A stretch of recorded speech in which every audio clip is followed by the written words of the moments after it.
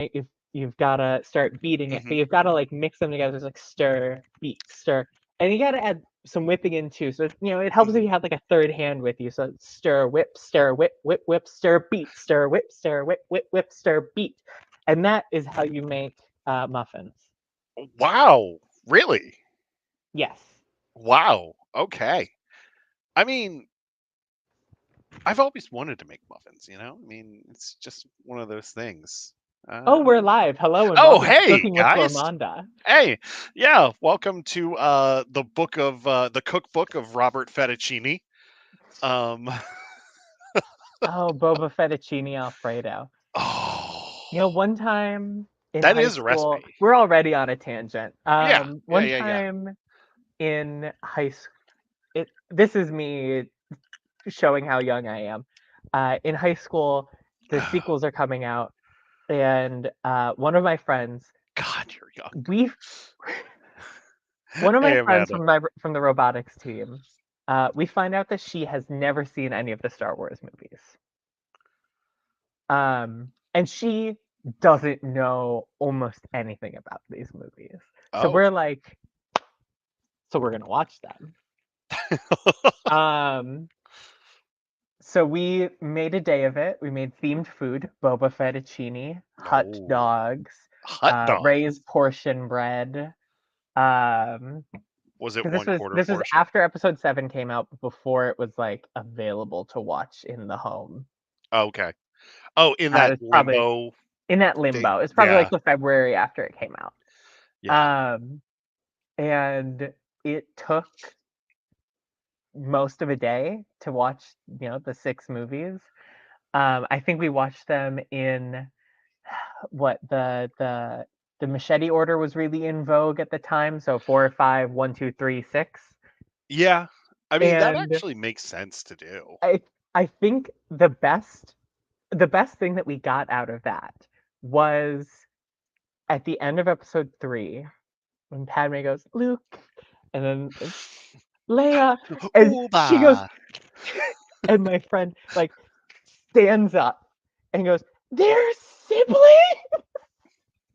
She had somehow never absorbed by cultural osmosis that Luke and Leia were brother and sister. That is But she knew awesome, though. Darth Vader is Luke's father. Yeah. That was not a surprise to her. Everyone knows that.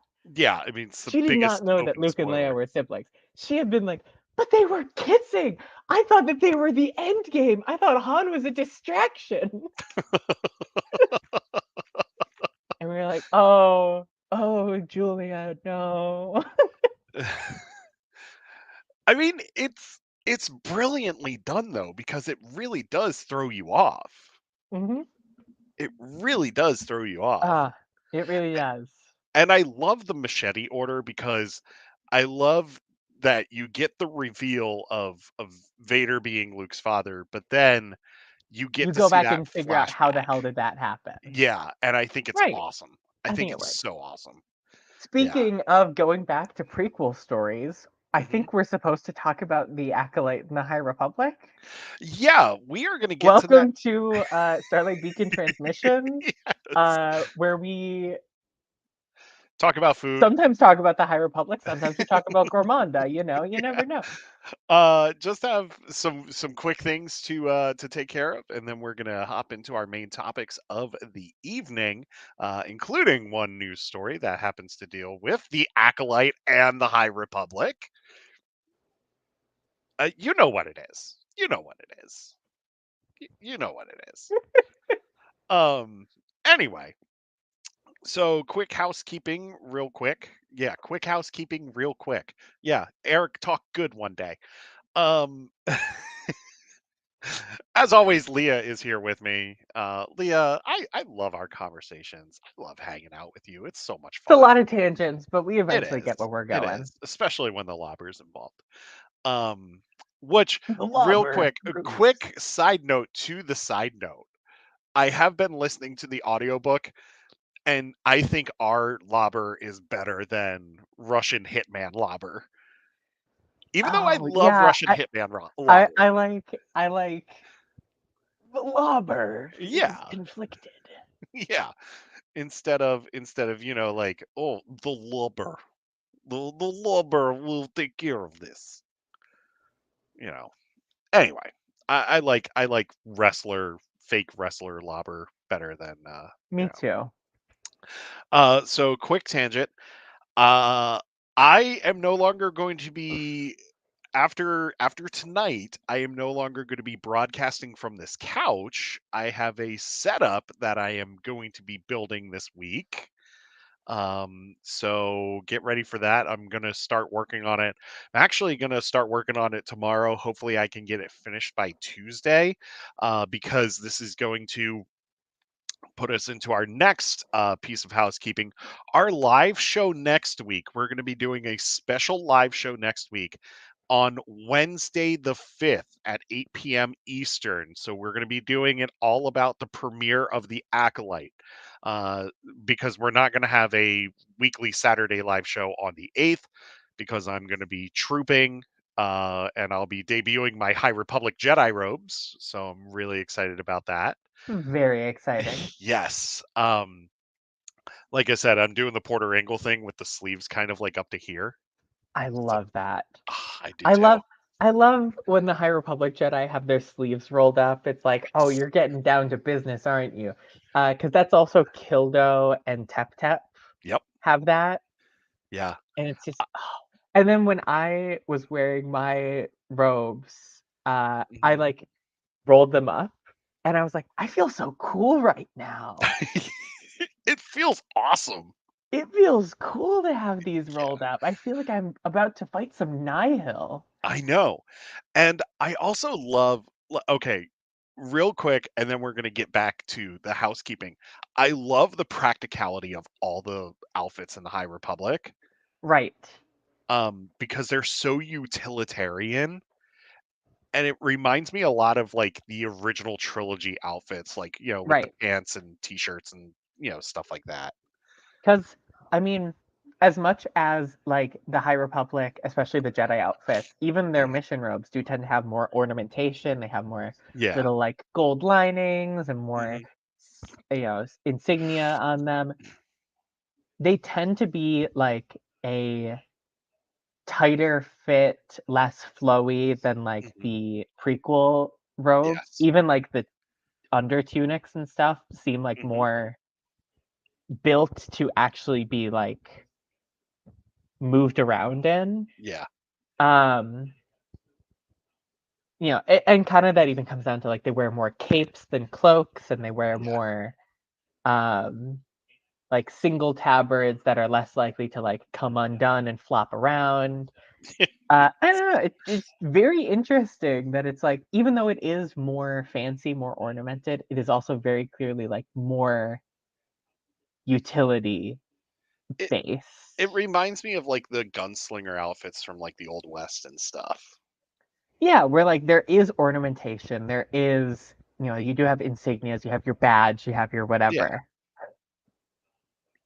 But like it is streamlined so you can pull that gun as fast as you possibly can. Yeah, hence why I love that the Jedi wear holsters for their lightsabers. Right. And like Um some of them don't. Mhm. And that's says something in and of itself. Which I Why still does wanna Ram see. Ram keep his lightsaber on his chest rather than on Yeah. his belt? I still wanna see, like, the shoulder holster, like you see, Oh like, in my a god. detective thing. Yeah, I yeah, think where Emmerich Kaftor would be the one to have oh that. my god, yes, he would, that is true. Because he could just be like, "Yeah." Yes, I Anyway, love that. Anyway, back to some more quick house cleaning. So, yes, our High Republic,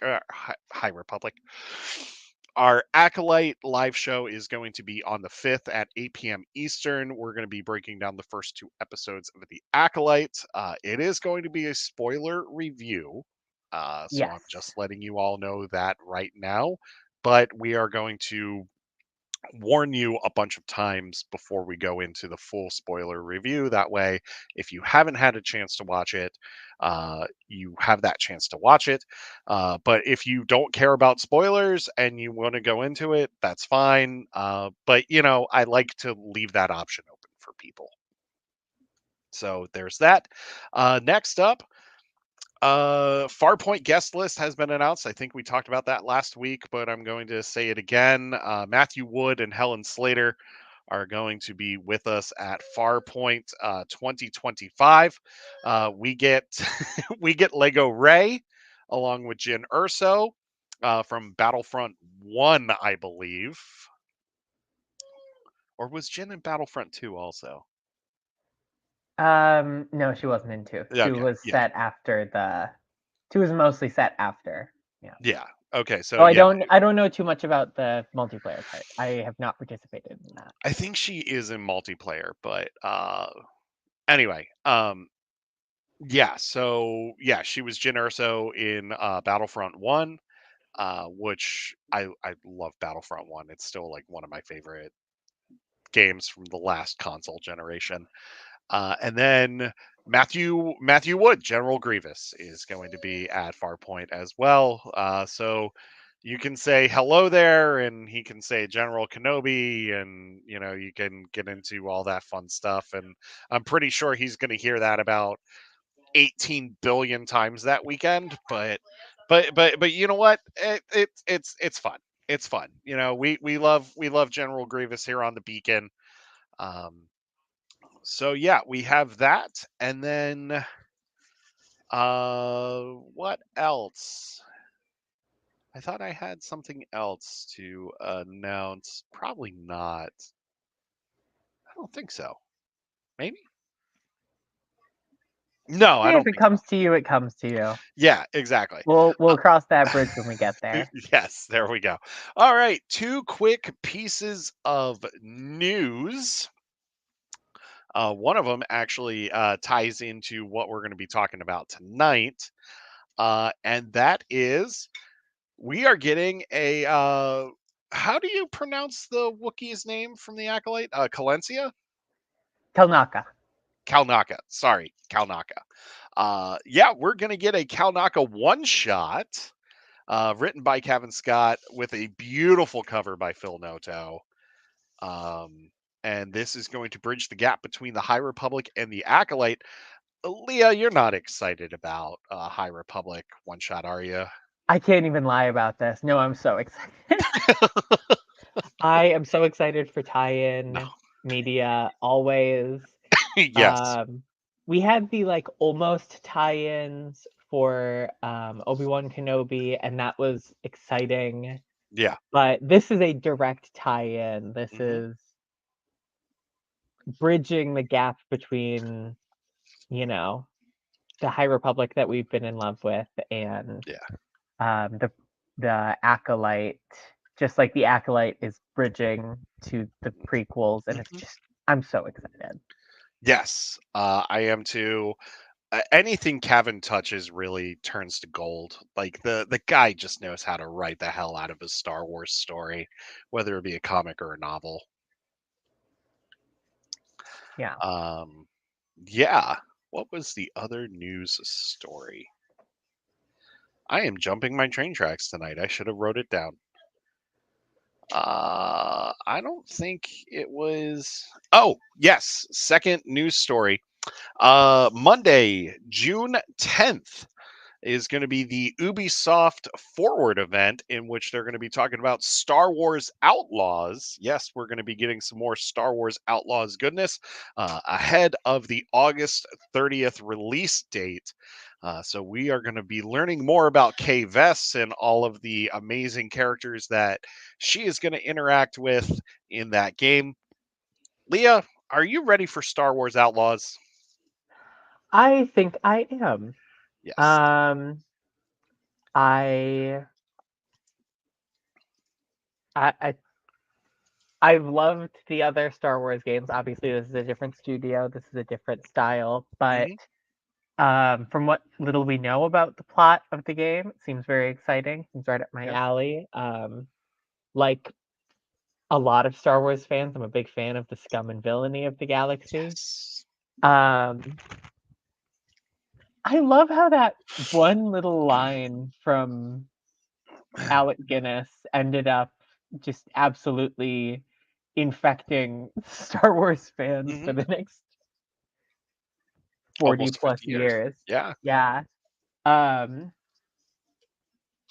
Anyway, yeah, I'm excited. It looks like fun. I hope, I hope, I hope it's good. I, yeah, I mean, this is Ubisoft Massive that's developing this, and they did the two Division games, and they're like more looter shooters, which they're okay. They're all right. But Mhm. then they also developed Avatar: Frontiers of Pandora, which was a beautiful game, absolutely gorgeous game, and it was actually a fun game to play. I Yeah, really enjoyed it. However, I think that this is going to be we're going to get something special here. I really feel that we're going to get something special. And Umberly Gonzalez, who's playing KVS, she is so excited to bring this character to life, and she is just yeah, really, really excited. What are you most looking forward to in terms of the Outlaws game? Uh, War of the Bounty Hunters. I am yeah. ready for War of the Bounty Hunters. I The War of the Bounty Hunters is one of, like, if you ask any comics fan, there's always going to be mixed feelings about the concept of crossovers in general. Yes. And very mixed feelings about every crossover ever. War of Yes. the Bounty Hunters is one of the few crossovers that I have seen where the majority of fans are like, no, that was awesome and Hmm. totally worked. It did. Um, and I'm excited to see something that's in kind of that era. War of the Bounty Hunters into the War of the Syndicates, that whole Hmm. era. I'm excited for the choices you can make that affect the story. I can't wait for Yeah, War of the Bounty Hunters. Yeah. I it based on what they've said about how like you have your different affinities for these different groups and your Mhm. um they're going to interact with you differently. One, I can definitely see myself playing this game Yeah. more than once. Oh yeah. Because as much as like I have loved replaying both um, Jedi Survivor and Jedi Fallen Order before that, Hmm. it's one story. Yeah. There's not going to be an ending of you're not going to replay Fallen Order and suddenly Cal Kestis does become an Inquisitor. Yeah. Exactly. Um, Well, it's not Mass Effect. right. It's that's not going to happen. As cool as that would be, Yeah. it's not going to happen. Yeah. Because that's not Cal Kestis' story. No. No. Kay No. No. Vess's story is the story of an outlaw. So there's a lot of possible ways that can go. And Hmm. even if it does end up that like you always have the same end condition, whatever that may be, I don't know. I Hmm. haven't played the game. Hmm. Um, I think it's the journey, not the destination. Hmm. No, it is. I love that you say that because, Joey and myself and a few others are doing Brandon Sanderson right now, and one of the things in Sanderson's books, especially in Stormlight, it's journey before destination, and definitely it's that journey. Like we Right. are here for that journey with Kay and Nyx, Right. and how can you not love Nyx? Nyx is going to be How amazing. can you not love Nyx? You, Yeah, I hope it's not like the same regardless of choices. I can definitely see it being like you always end up killing the guy who's trying to kill you. That's a yeah, reasonable way to always end it because like I agree. I guess there could be an alternate ending where you end up like siding with him against a third party, which Hmm. would be cool. But I can totally see if they have it just be you always end up killing him. It's a matter of how you get there. It's a matter of who's fighting with Yeah. you when you kill him. Um, I guess we'll see. I would like to see, and real quick, we'll jump into High Republic here in a few minutes, but I honestly would like to see certain missions where you have to like decide whether or not a character either lives or dies. Right. Like I like think yeah. I think because that's one of the classic Star Wars moments Hmm. is you've won what kind of character are you going to Yeah. shoot Greedo when he's not expecting it? Are you Poor going Greedo. to throw down the lightsaber and say, I am a Jedi like my father before me? Yeah. Like, you know, Mhm. and obviously K-Bass is not a Jedi, but you know what No. you understand the idea of. I can definitely see there being kind of maybe different syndicates look at you differently if Mhm. you do like kill someone who's already surrendered, kill someone who's Mhm. unarmed. Um, Star Star Wars is Wars the is the biggest what biggest if. what if. It really is. Um, yeah, and yeah, I'm excited. I'm excited to see how it plays out. Yeah. So we are going to be getting some more information on Star Wars Outlaws on Monday, Yeah, June 10th. It is part of the Summer Game Fest right. that's going on. Um, We which actually get something Star Wars games related before that as well. Oh, we get Hunters on Hunters is Tuesday. coming out on the 4th. Yes. Um, it has Hey, been Zach. long awaited. Yes, that will be free to play on Nintendo Switch as well as Android and iOS I devices. believe so, yes. Yes, And I'll try it out. It looks like fun. it I looks really fun. liked the tie-in book, which if you didn't know, if anyone watching, there is a tie-in book for the game that had not yet come out. Yeah, I remember that. Um, it's really good. Marco Yeah. Shiro wrote it. They're a great author. It's I was actually a little bit thrown by what time period the game takes place in. Okay. Because what time period do you think the game takes place in? I'm thinking it's sequel trilogy era. Right, that's what I thought as well. Yeah. It's Mandalorian era. Oh, so it's It's right right after after. It's Civil right at War. the start of the New Republic. Oh, Um, I like that. I like it too. Yeah. So like, uh, it, the main characters like remember the Empire. Like a lot of Okay. them have strong feelings about the Empire. Which then makes the fact that one of the possible hunters wears Imperial armor, is Mhm. an ex-stormtrooper. Mhm. I don't know. I think that the book handled it well. Obviously, the book is a middle grade novel. Yeah, but Um, don't Battle for the discount that. Arena is what it's called. Yeah. Um, so obviously, it is tuned to that audience, but it's a Yeah. good story. Gets you the gist of all of the different, or most of the different characters that you can It's run in the game, which is nice. PvP. It is a It's PvP. It's yeah. yeah, It's a what, a 5v5 PvP, yes. I think? But Yeah. there's like it's kind of like League of Legends where there's like I mean it's like a lot of those PvP games where there is like lore of why this is happening, Yeah. what's going on here. It's Um it's similar to like Team Fortress, Overwatch, all yeah. that stuff. Now Um yeah. now I have to ask you, who are you going to main?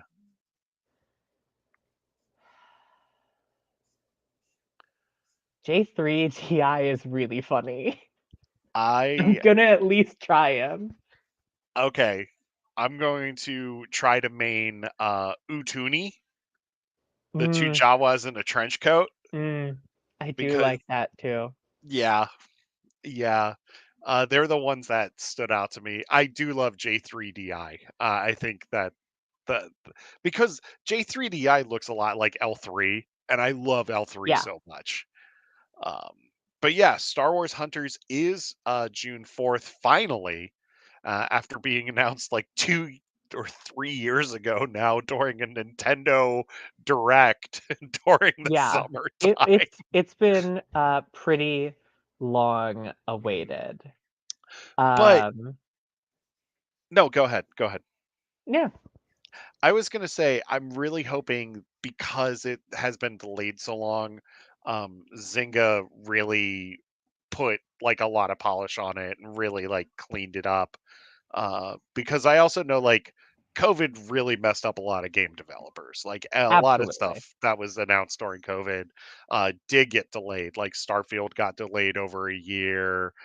Hmm. Jedi Survivor got delayed for a while. Which I will say this: Jedi Survivor, very happy that it did get delayed because it ended up Absolutely. being better than what it would have been if it had launched earlier. I believe. Did it still I have agree. glitches? Yes, here and there it still had glitches. No game's going to be perfect right off the drop. Um, Yeah. that's why day one patches happen too. Right. But Um, yeah, yeah, I think I got lucky when it came to glitches with Survivor though, oh, because me I was too. playing on PC and I never had the like significant glitches that people Yeah, talked about. So I guess I just got lucky. Hopefully that holds for future game releases. I I played it on Series S, and I didn't have a single glitch. I didn't have a single glitch on Series S. Like it looked great, it played great. And I haven't had a single glitch on PS5 either. Like it Yeah. looks amazing on PS5. Um, Yeah. The only like glitch I've had running it is when it was actually my computer that had the problem yeah. and was just like not activating the driver Hmm. itself. Yeah. But that was a computer problem, not a game problem. Yes. Yes, I know about those things. I'm actually going to be investing in a new desktop soon, and so Yeah. I'm going to have to like find what's a good GPU, graphics card, and I think I'm probably going to go 4070 on it. Yeah.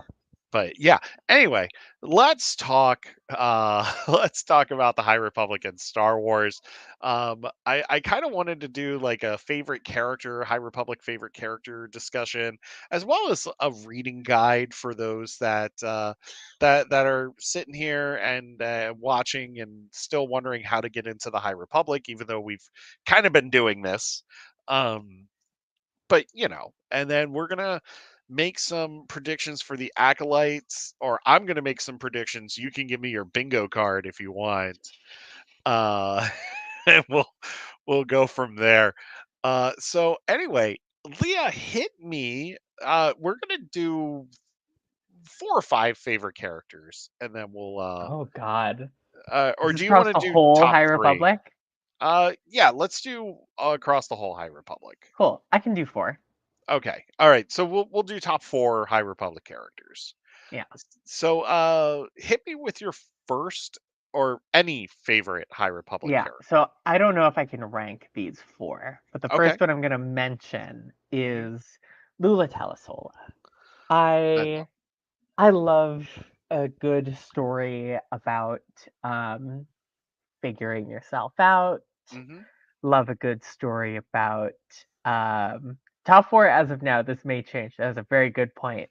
That is very true. Having seen the first two episodes of The Acolyte, there's a strong chance of at least one of those characters jumping up.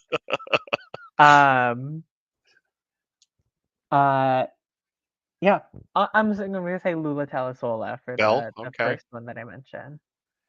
Nice. For me, I'm actually gonna go phase 2 character first. Right.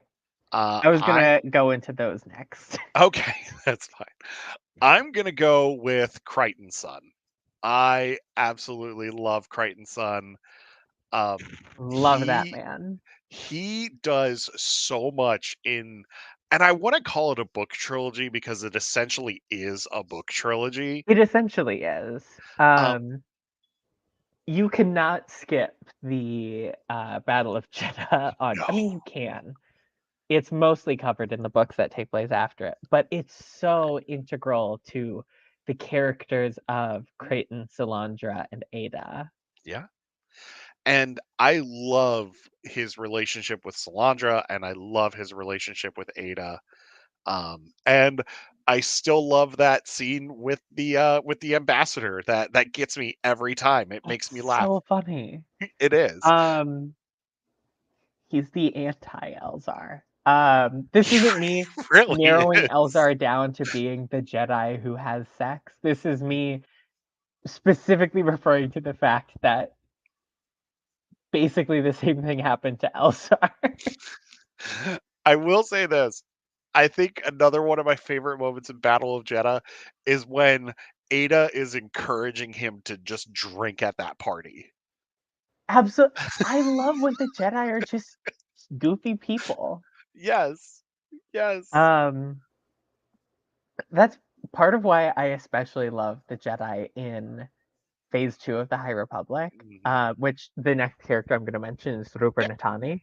Yes. Um, I, again, love a story about figuring yourself out, love a story Mhm. about figuring out what matters to you, Mhm. um, love a character with two lightsabers, Yes.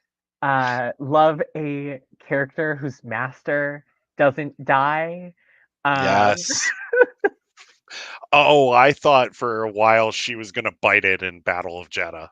Me too. I was so worried. Um, yeah, as soon as they introduced that Salandra had previously had a Padawan who died, I was like, oh, oh, and then we're gonna get the reverse for Yep. Rupert. Oh no. So we Mhm. know that that's not something that they shy away from just because the No. middle grade book. We got that with Yeah. Imri. Oh, yeah. Um, He watched, Douglas Sunvale die. yeah, we got that with Imri. We got that again in Escape from Valo. Mhm. But anyway, yeah, Rupert's great. Mhm. And she's also very indicative of kind of.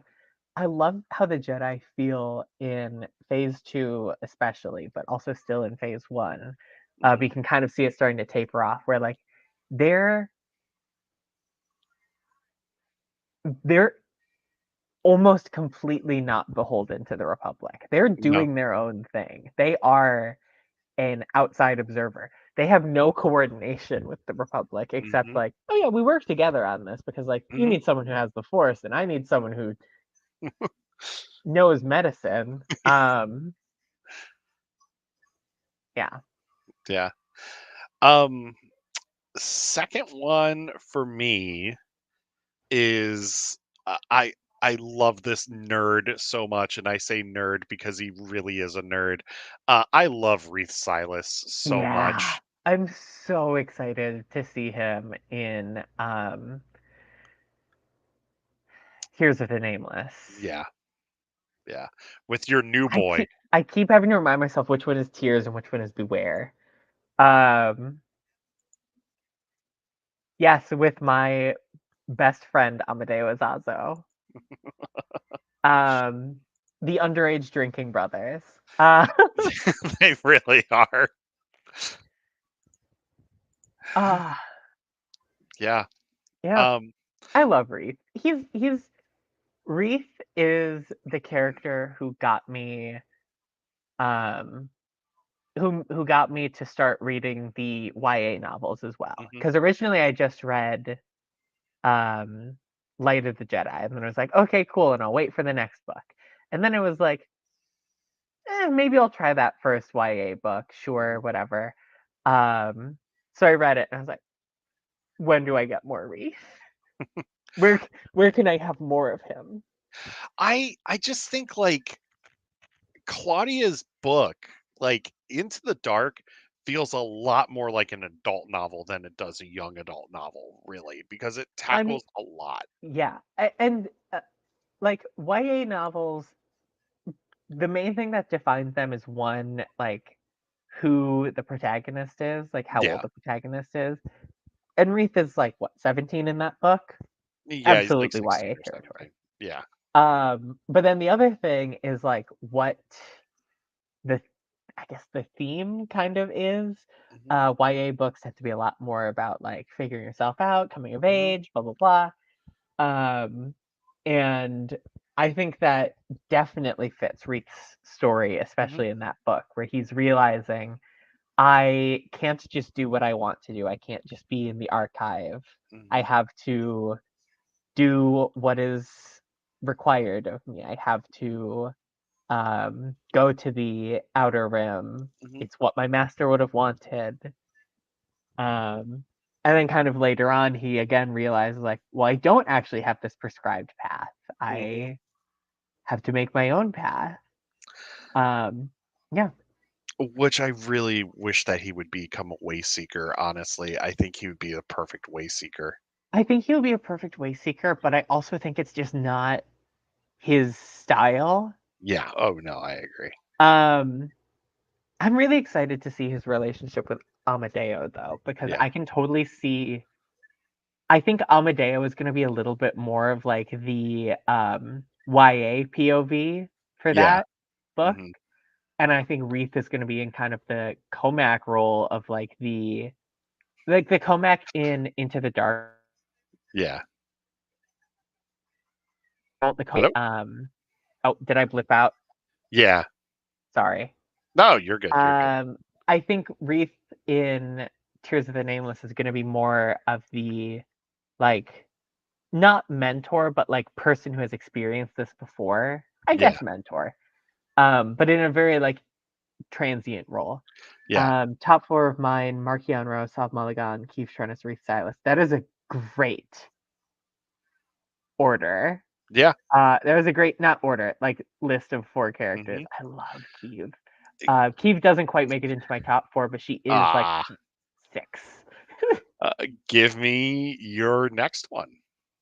Who have I said? I've said You said Lula and Lula. Rupert. Yeah. So next up is gonna be Yana Rowe. Um, Ooh, sticking with the phase I two. sticking with these two. I love Yana. From the second we got the first excerpt that she was in Path of Deceit, I was so hooked on her. Um, and just Yeah, the huh? Yana was the one that um had the girlfriend that died, right? Yes. Okay, yeah. I'm Yeah. sorry, I had to remember for a second. Go ahead. Uh, the first excerpt that we got of Path of Deceit was they ended up taking it down because I think they accidentally put up too much, but they put up the first 3 chapters, so we got Oh, Marta, Kevmo, or Kevmo, Marta, and Yana. yeah. So we got introduced to like the 3 main characters, which was nice. I Mhm, appreciated it. Even if it wasn't intentional, it got me mhm. completely hooked for the book. Um, and just Yana, as a lesbian, Yana spoke to me, but I just loved her story of like I am in this group because I need to keep myself alive and keep my cousin alive. Mhm. This was our best chance at survival, but now like I feel like I've overstayed my welcome, but I Yeah, can't just leave because there's people I love here. yeah. But then she's like, maybe I should just leave. And then the people she loves are like, why would you just leave us? And she's a very believable character. She's a She very, is. I wouldn't say she's a fun character. She's a very tragic character. She has Very. bad things happen to her all the time. Um, and she likes to put on a face that like she is, I'm the big bad. I'm the scary lesbian who's gonna claw your face off. And then Till she she's loses a hand. she has another hand. Um, and then she's she's also the one who's like crying at the end of every book, you know? She is.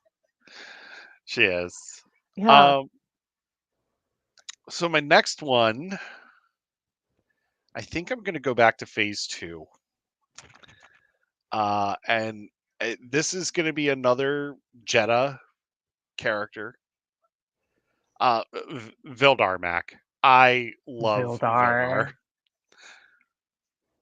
Talk about seeing some things, man. That man.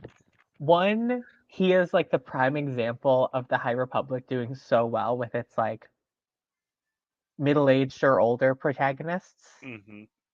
Um, back to your first phase two one, like Creighton is 40, Yeah. Vildar is 55. Most of the time when we have a like protagonist in a Star Wars book, they're like 19, 20, Mhm. 25, even in the adult novels.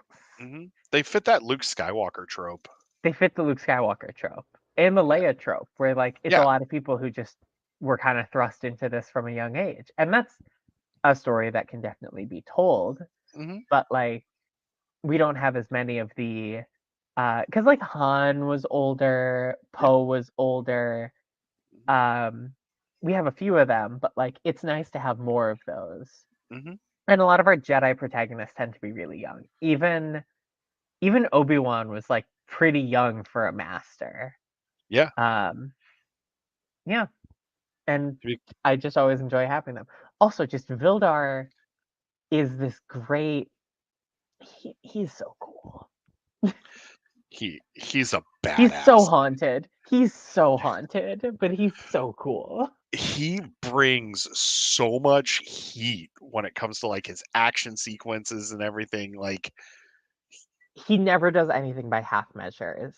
no. For good and for ill. Like Mhm. whenever he's on the page, you know that like something crazy is gonna happen. Something big is Mhm. gonna happen. That I will say this, as much as I love the Phase 1 comic run, Vildar just cemented the Phase 2 comic run for me as my favorite Phase comic run, like, of the Absolutely main justified. series. Yeah. Um, just because between his back and forth with Maddie and then his back and forth with Tay, like, I love just I love Vildar and I love that Jedha crew. He's a fantastic character for the other characters to bounce off of because Yeah. he's simultaneously got way more experience than Mhm. most of the other characters, way more like practical skill. Yeah. He has psychometry. That is a huge boon when you're literally trying to figure out like a who done it, which is kind of Mhm. what the comic starts off as. Yeah. Um, but he's also like constantly on the verge of collapsing on himself Yes. and constantly kind of at risk of giving in to um anger, hate, fear. Mhm. Um, and that just makes him so interesting. Yeah. Yeah. I love a Jedi character who's able to grapple with those struggles Mhm. without fully giving into them. Yeah, I totally agree. All right, give me your 4th character. I'm gonna say Tap Tap. Tap As Tap. the I know as the you love you biggest some fan Tap of Tap. Tap Tap. Um, I mean, she's big from like a representation standpoint. Yeah. Mhm.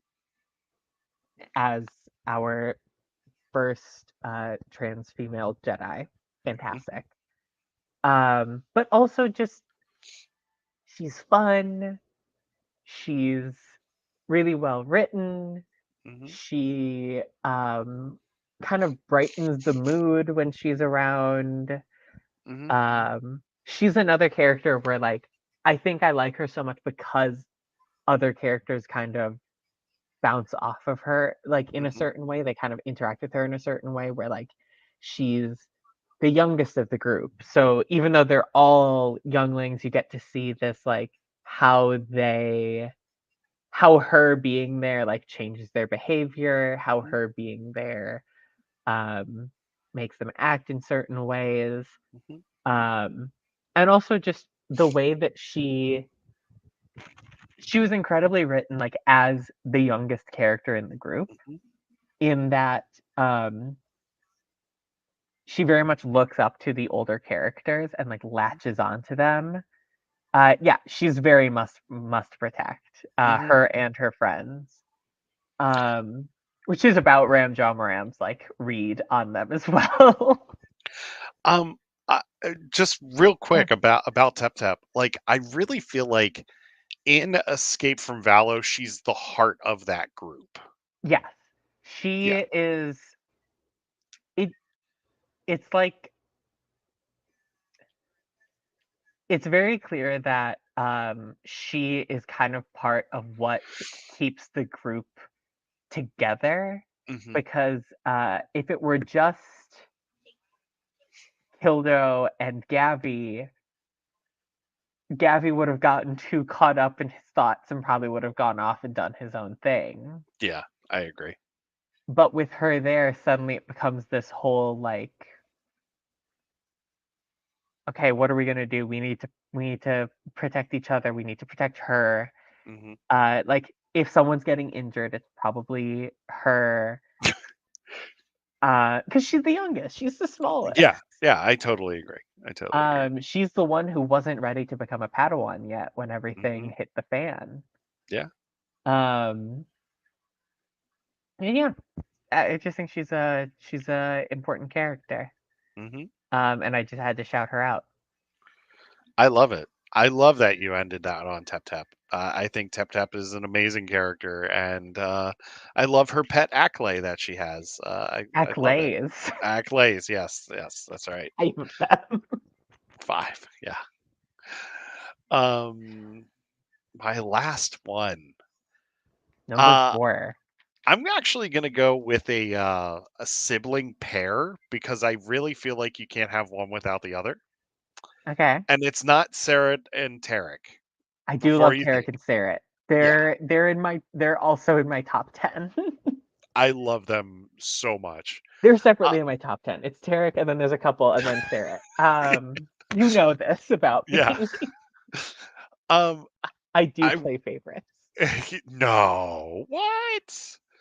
I want to say Porter and Barash. So good. Um, and I specifically like I love Porter Engle. Like I have just like gotten like this like just thinking about the High Republic and especially with Eye of Darkness.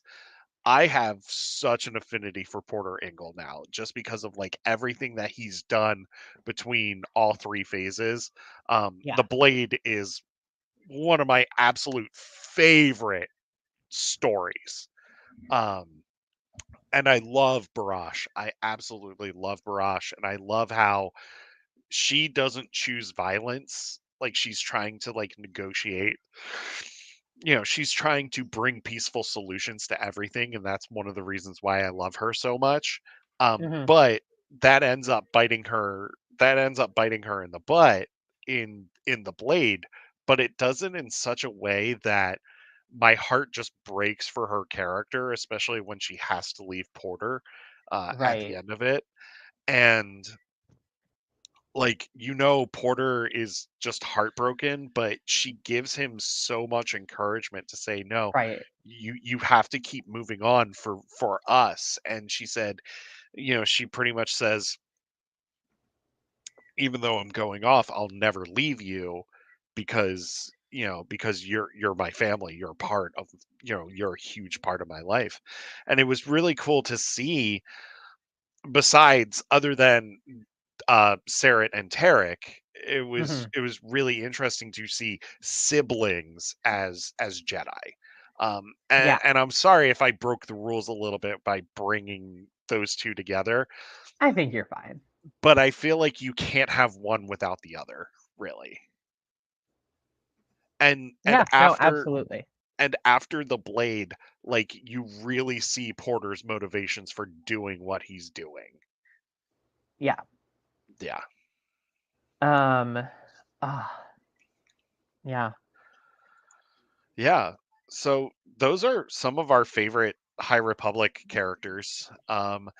I will also say Keeve is on my list. I love Keeve so Yeah. much. Keeve is up there. Tarek and Sarah are up there. Bell Um, is up there. Buryaga is up there for me too. Um. Salandra, obviously. I okay, can we just talk about Salandra and Rupert real quick because I kind of feel like we need to. They're one of the best Master and Padawan duos. They might be the best. The one short story from Tales of Light and Life where Rupert goes on the extreme scavenger hunt for Salandra's shield, only for Salandra. Avar Chris, I love Avar Chris. I love Don't Ava Chris. She's yeah, also in my top 10. I totally agree, and I can't wait to read her more in Temptation of the Force. Like seriously, she's one of my favorite Excited for characters. Temptation of the Forest. Oh my god, it's It's gonna be not so even good. funny. I Um, I have a feeling that book's gonna hit in just the best way. Lily. Oh, Lily's a good one too. Lily is so good. If you have not read Edge of Balance, you need to. It's so good. And So good. Loden and Skier, yeah. Skier. Um, I come and go on Skier, Hmm. mostly just because of some writing decisions about him, not really about his Yeah. character in particular. Um, I'm so happy that Loden is one of the very few characters from the High Republic books who has made it into the shows. Hmm. I love that he's in Young Jedi Adventures, especially with Belle. Like, I love that they're together in that show.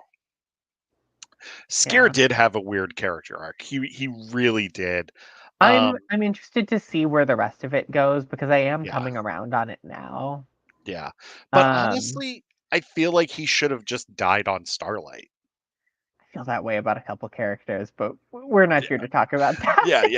yeah, exactly. Um, and not in a way that I feel like it cheapens the tragedy of No, Starlight because no, Starlight is a tragedy whether or not any of the Jedi that we know and love died. yeah. Um, Skier is just on the short list of characters who I legitimately thought unambiguously died. Oh, yeah. I thought he went Furry out. was also on that list. Um, That broke my heart so much. Furry was also on that list. Buckets was on the list. Buckets of Um, blood. but the thing is, like Buckets, we did get the story of exactly how he Yeah. got off. It just was deferred until a later free comic book day because the IDW fell through. It's Yeah. fine. Yeah. Um, Which I will say, Dark Horse is handling that publishing very well for Star Wars. yes. Yeah. I mean, there have been some delays and that kind of thing, but it Mhm. mostly doesn't affect the High Republic as much, or like we'll Yeah. only get like a week delay and that kind of thing. Yeah. Um, so yeah. Plus, their Yeah. paper is phenomenal quality. Their paper is so good. Even their Um, covers are great. the like kind of The the gloss, glossy cardstock yes. weight. Mm, And mm. honestly, worth the $4 price tag, honestly, for it. No ads inside. Wow, No. I that I is an will say elite this. reading experience. I will say this, I do love well, no, all of their ads are, like, normally towards the end of the book anyway. And it's mostly just their other runs, yeah. Yeah, and it's not like a Marvel book where it's just like, "Here, pick up this omnibus while you're reading this," and I'm like, "I wanna read this first." Um, yeah. Sometimes Marvel comics do feel like they're about 50% ad by weight. That's for another podcast. For another podcast. Yeah, Um, um, I love the content. I don't know if I love the yeah, publishing choices. and Um, honestly, that's why you wait for trades sometimes too. Like, plus it's really hard to pick up books monthly. yeah. I've mentioned off of the podcast that like I do have I basically do like some grocery shopping every time I Yeah, get comic shopping. So like I kind of have to go there anyway yep, because I need food. So it's convenient for me. But I am also in Los Angeles, mhm. which does Oh, change the equation. real quick, Mike Seglain, retweeted from Star Wars Holocron. Acolyte creator Leslie Headland says viewers who have not read The High Republic can still watch the show. It can Oh, definitely absolutely. elevate the show if you have had the experience of immersing yourself in that beautiful world, but you certainly don't need to have read anything. I Um, can say, having seen the first two episodes of The Acolyte, and also having read, as far as I know, everything High Republic. Hmm. except for that one published only in Chinese. Um, and having heard what you like about the High Republic, I Hmm. think there is something in those first couple episodes that you, as a fan of the High Republic, as a fan of what you're a fan of, Hmm. are you're gonna possibly explode Are we in a good talking? way. Are we talking like artifacts and stuff? We're talking like something that is said in dialogue. Oh, um, okay. and I'm I'm not just going to leaving ask her there. further. I'm just leaving Nope. her there. Nope. I am not going to ask further because I can't wait to hear that dialogue now. Um, Um, yeah, I'm a big fan of a lot of things in the High Republic. Like a I know. big That's fan. why I felt safe saying this because you don't know what I'm talking about. Damn you, Leah. Uh, but I do love that that they've made it accessible for people that Yeah, have not read the books. it Um, it establishes the era mhm. well in itself. Um, it yeah, it stands alone as far as I know. Because like one of my things, or one of the things that kind of with more recent live action Star Wars shows, like if you look at especially Book of Boba Fett, like when Black Krrsantan showed up, a lot of people didn't know who Black Krrsantan was unless you read like the Vader comic or the Dr. Aphra comic. Right, Um, and so it was one of those things where I didn't mind explaining who Black Krrsantan was because I got people to look at these comics, and they came back to me and said, "Holy crap, I can't believe I missed that entire right. run. I thought that was an incredible run." But also, like, look at Cobb Vanth. Cobb Vanth was a book only character. A And then minor book only yeah, character. exactly, because he's just in interludes and aftermath, in the Aftermath trilogy. That's it. But then they brought him into they brought him into the Mandalorian. They did it in a way that actually really worked well. Right. Um, yeah, And like even that's what kind of threw me about Chrysanthemum is yeah, they absolutely knew how to they had succeeded in bringing Cobb in. hmm yeah. Not quite Um, the same for Chrysanthemum. no, but I was Um, happy when I saw him because I right. I knew who he loved was. seeing Yeah. Chrysanthemum. But like with Cobb Vanth, my wife has never read Aftermath. Like she doesn't really read Star Wars books. Right. Yeah, but I tell her like what's going on in Star Wars books and stuff like that. Kind of give her the condensed thing. Um, and like when Cobb Vanth showed up, she's like, "Who's that?" And I said, "That's Cobb Vanth." And then like I explained who he was, and she goes, "That is so awesome! Like I am so." She's like, "I'm happy that they brought him in for that." And Right. then it's like Vi showing up at Galaxy's Edge, which a lot of people don't know who Vi is. And then like when I explain who Vi is, they're like, "Oh, that's awesome!" Like, but why couldn't we get a movie or a TV show for that? Because they Right. want you to read the book. It's it's it, sometimes the marketing decisions are interesting. Yes, I agree. But yeah, um Oh, Vi? I am definitely glad. Vi Maradi is the um she's just a scrapper at Savi's and Son scrapyard. Um Scrapper. she's the leader of the resistance cell on Batu. Yes. Uh, She's the one in charge. Not Ray, not Finn, not Poe. nope. She's in charge there. Mhm. She made her debut in the Phasma novel, Yes. which took place, it was part of that Road to the Last Jedi, initiative I that think they did. it took place It's before Force Awakens. before Force Awakens, and it was kind of Phasma's backstory, but Yeah. she's there.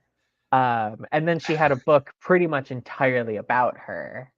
Yes, which is a beautiful book. It's the Right, Black Spire Outpost novel, right, the Black um, Spire book, which which is I enjoy it. I've read it a couple times. I got to talk to Vi on my most recent trip to Batu, and we talked about her knitting, and uh, and she told me that I need to go into Oga's cantina and ask Oga to get her like her knitting stuff back. Um, yeah, she Uh, was hanging out with Ray right in front of the Falcon, like yeah, in they front of they are Docking Bay 7. often they do often have them together, Yeah, which makes sense. it If was. I were a Resistance cell leader, I would also want to meet the Resistance's resident Jedi. Oh yeah, Um, yeah, no, she's cool. yeah. But yeah, it's She's it's great. that same thing of like you have no clue who she is Hmm.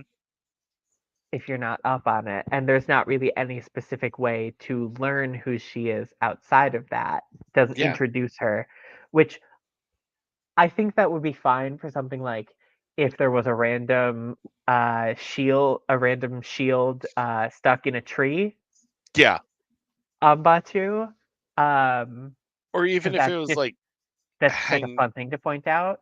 or even if it was like hanging in Doc Ondars. Right.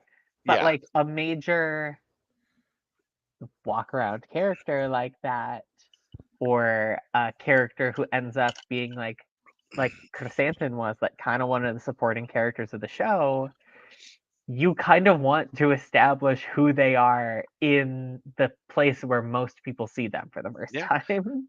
Well, that and when Cad Bane, once again, another thing, Cad Bane showing up in Book of Boba Fett. A lot of people didn't know who he was. Um, And even if you do know who he was, you don't know why he and Boba have beef if you haven't seen the unfinished yeah, episode yeah, from the Clone Wars, yeah, which is just a very interesting choice. yeah. I agree.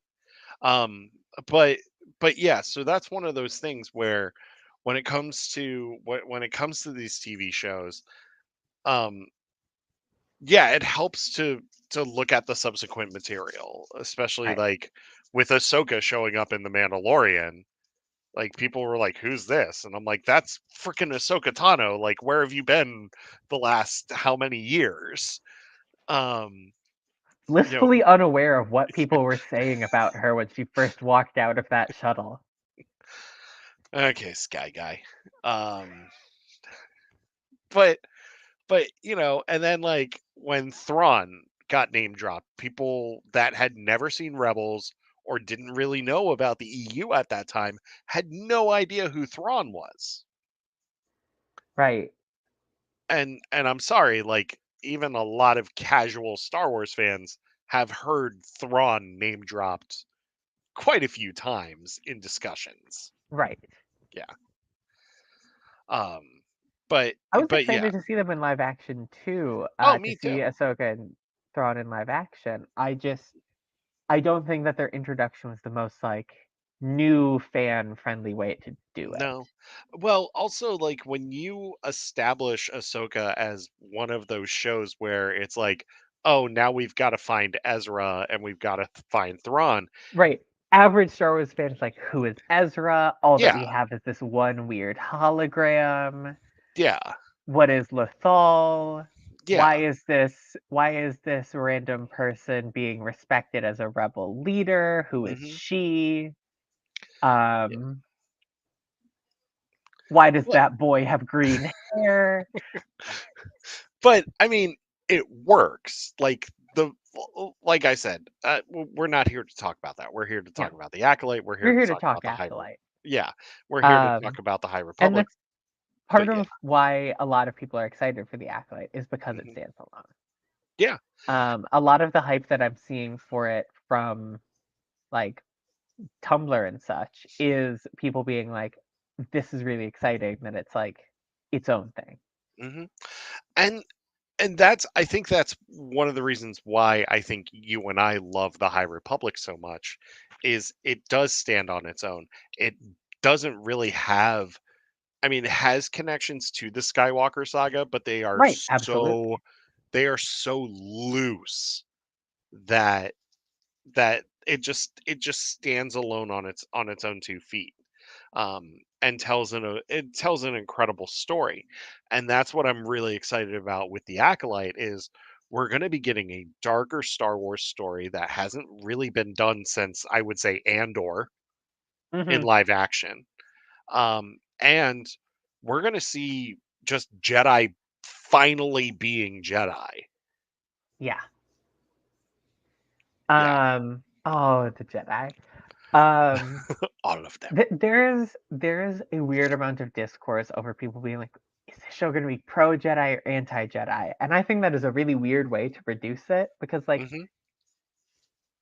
I think Headland just made very clear, like, this is a story about the Jedi at their height, Yeah. and that is both a good thing because this is the Jedi and they are strong and Mhm. they are doing the best that they can to do good in the galaxy, and this is also the Jedi at the peak of them being like this institution, this Mhm. established order that has rules.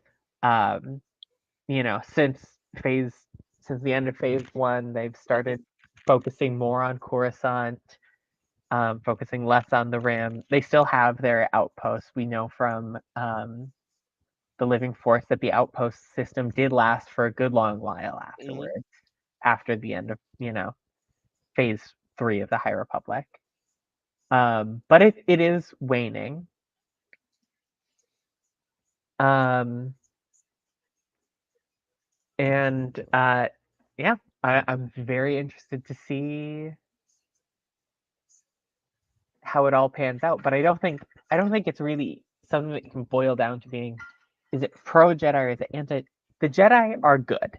The Jedi Mhm. are still the good guys in the story, even if they're not like, even if the protagonist or one of the protagonists is a Sith acolyte. Mhm. Well, and Um, I yeah, will also say this, I think the show is pro Star Wars, if anything. right. And it's pro Star Wars. It's pro like what made Star Wars Star Wars. Mhm. It's um by having the big writers team, by having people who were there who weren't big Star Wars fans or didn't really know Star Wars at all, you're able to kind of go back to, rather than basing this on, okay, what about previous Star Wars things have I liked and let's put that in here. You Mhm. can go, okay, what inspired Star Wars? Mhm. Samurai movies, martial arts Mhm. movies, westerns, and then you kind of go back to those and you work back to the same place and you Mhm. get something that matches that feel so well. Oh yeah, and I'm definitely getting like an Akira Kurosawa feel to just the TV spots that we've gotten. Definitely Hmm. getting well, it's thanks to Eric for the knowledge that I do have. Uh, I'm I'm knowledgeable, but I'm not like knowledgeable. Anyway, but like I get a lot of Akira Kurosawa vibes from just like the fight choreography and everything like that. Yeah, I also get I do get the Western vibes, which I am all for Westerns. Like just give me any type of Western and I'm there for it because I love that era. I yeah. love those I stories. mean, it's it's a story about an outlaw trying to take down the law Yeah. in the Yeah. Uh, out on the frontier of civilization. Like, what is more Western than that? that's why I love going back to the Cobb Van thing. That's why I love that episode of The Mandalorian so much because he's the marshal. Exactly. Yeah. Yeah, So let's I want to ask I want to ask you a question here and about a prediction that yes, you've seen the first 2 episodes. I'm not prying about the first 2 episodes because I am patiently waiting for Tuesday night at 9 p.m. for those 2 episodes to drop. Um but do you think Plagueis is the end game?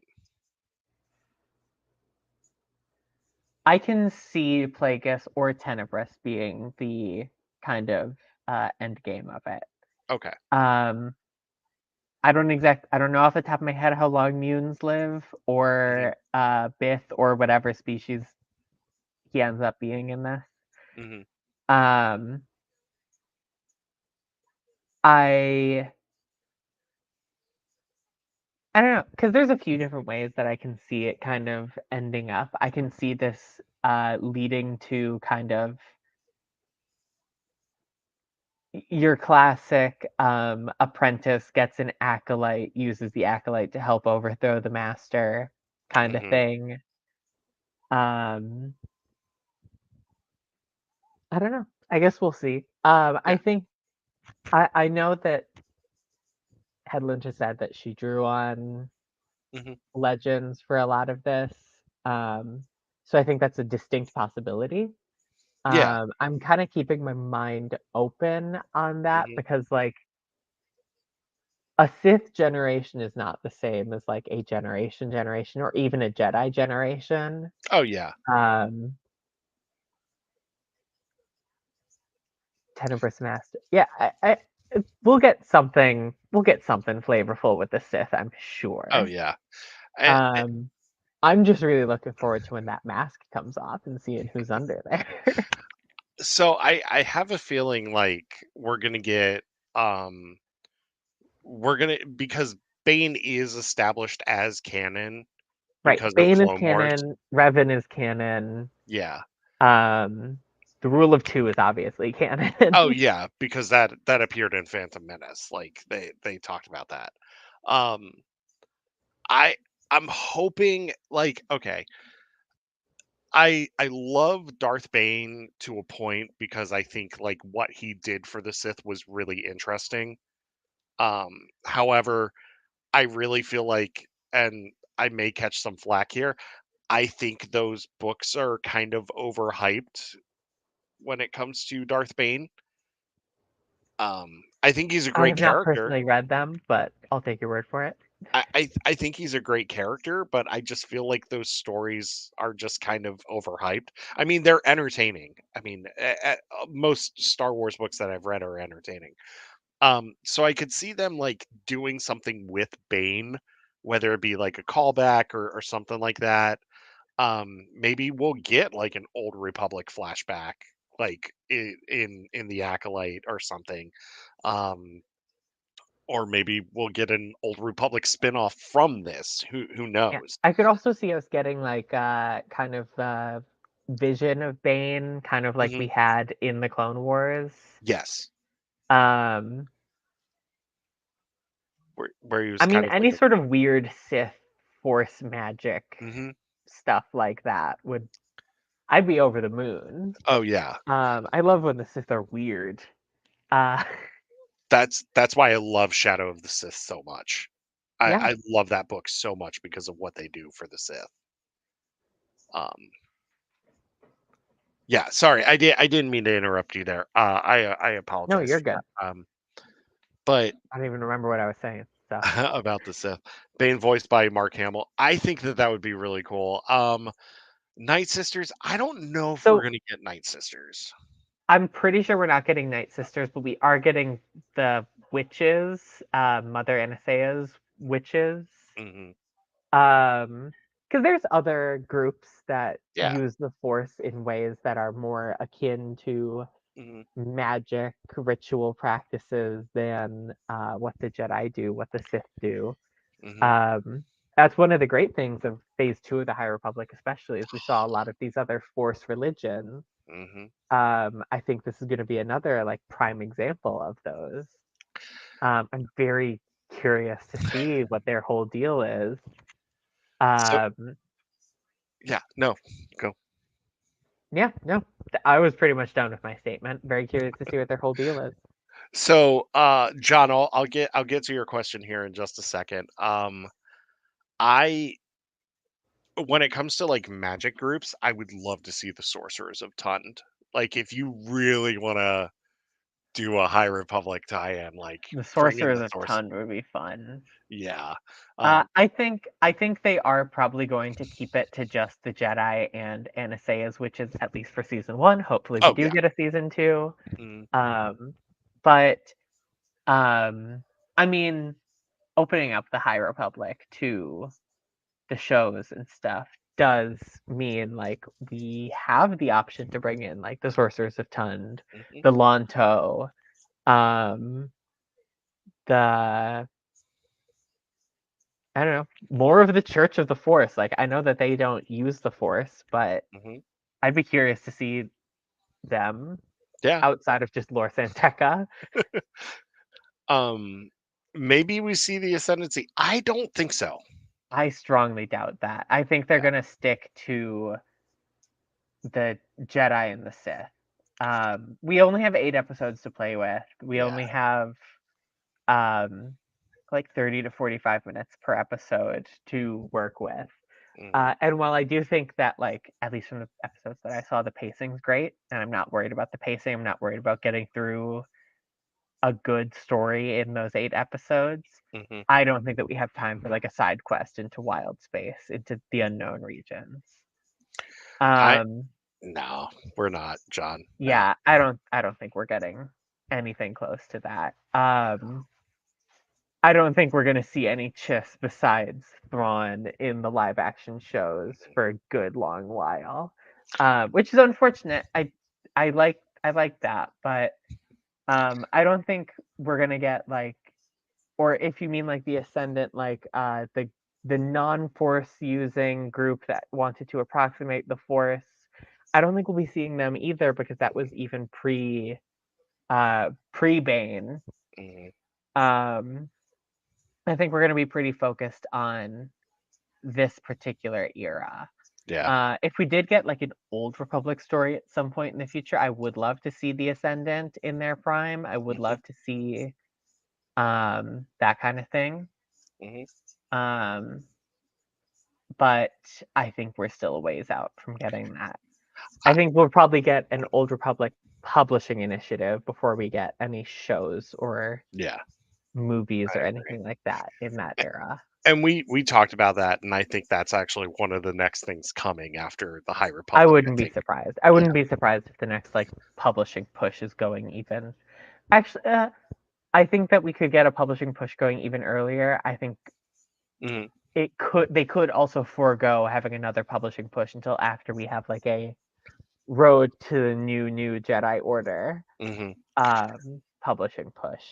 And I think that, when it comes to seeing the Ascendancy, I think the next time we'll see them will probably be the Rey movie. I It have a could be the Rey feeling. movie. I could also see it with wherever the Thrawn storyline is leading. Yeah, yeah. The I Ahsoka Thrawn storyline. I agree with that. The only reason why I bring up the Ray movie is I think they're still setting the Grisk up as the villain for post First Order. But that's just me because they emphasize the Grisk a lot in Ascendancy. Um, but who knows? Uh, Who knows? we're not Certainly not writers. me. Um, yeah, I don't know. We'll see. We'll see where things go. So what do you have on your bingo card? Because we kind of What do talked I about have this. on my bingo card? Let me pull it up. uh, Um, the Grisk are kind of like the Yuzhen Vong for new canon. Um, they're from outside of even the known parts of the unknown region. yeah, They're kind of raiding a, a horde that kind of subsumes everything that they come across into their fold. yeah, that's a Um, good way of putting it. they're yeah, Yeah, that's about as close as I can get. They're weird. Um, they're yeah, weird. I have my own thoughts about them. My personal thoughts are that the Grisk were kind of is that the Grisk and the Chiss were kind of the first victims of the First Order, but that's my own personal headcanon. Actually, no, I can see that too. I can really see that. um, I kind of tie that in with how the Grisk, as we saw them in the comics, in the Alliance comics, um, kind of look like the First Order helmets in the same way that Hmm. the Imperial Stormtrooper helmets looked like the clones who were kind of one of the first Hmm. conquests of the Empire. Hmm. Um, it's my personal No, thought. Right, I so get I'm it. going to read off my bingo card starting from Yeah. the top left. Okay. Noting from the start, a lot of my bingo card is like very straightforward predictions. I Okay. also made this bingo card weeks ago, so there Okay. have been things that have since been confirmed since I made Uh, it. yeah, I wouldn't mention those things that have been confirmed. Okay. Yeah. So I will skip over a couple things. Okay. But also in my bingo cards, I do always include my favorite silly Star Wars tropes. So I will be reading those ones out because those Oh, are always go fun. ahead. Starting from the top, we have big creature. There's always a big creature in a Star Wars. Hmm. Dramatic dismemberment needs no further explanation. That fucking frog. Referring, of course, to Yoda. Book event mention. Yes. I want to see a book event mention. Hmm. New Shido just glupped. New character that is incredibly minor that I become obsessed with. Oh, there's gonna be tons. Sith Chimere, that is entirely based on him having the line in one of the trailers, Peace is a Lie. Hmm. Rip Indara, Dead Master Club, so that is specifically referring to there being a Padawan whose master dies before the Padawan is knighted. Okay. If the master dies after the Padawan is knighted, it does not count. Okay. So Obi-Wan, Dead Masters Club, Anakin, not Dead Masters Club. Wreath Dead Masters Club. Reef, Dead Masters Club. Imri, Dead Masters Club. Vernestra, not Dead Masters Club. Force Weirdness. That's basically a given since we have the witches, but I want to see the Force do weird things. Hmm. Bottomless Pit. Of There is course. always, and not specifically a bottomless pit, could just be an incredibly long fall. A fall that you should not survive, that you somehow do.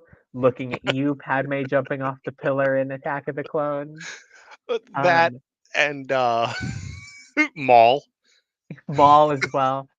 Next one on here is Yaddle, Yariel, or Oppo. Hmm. Three members of the Jedi Council who we know were alive at the time. Yep. Free space.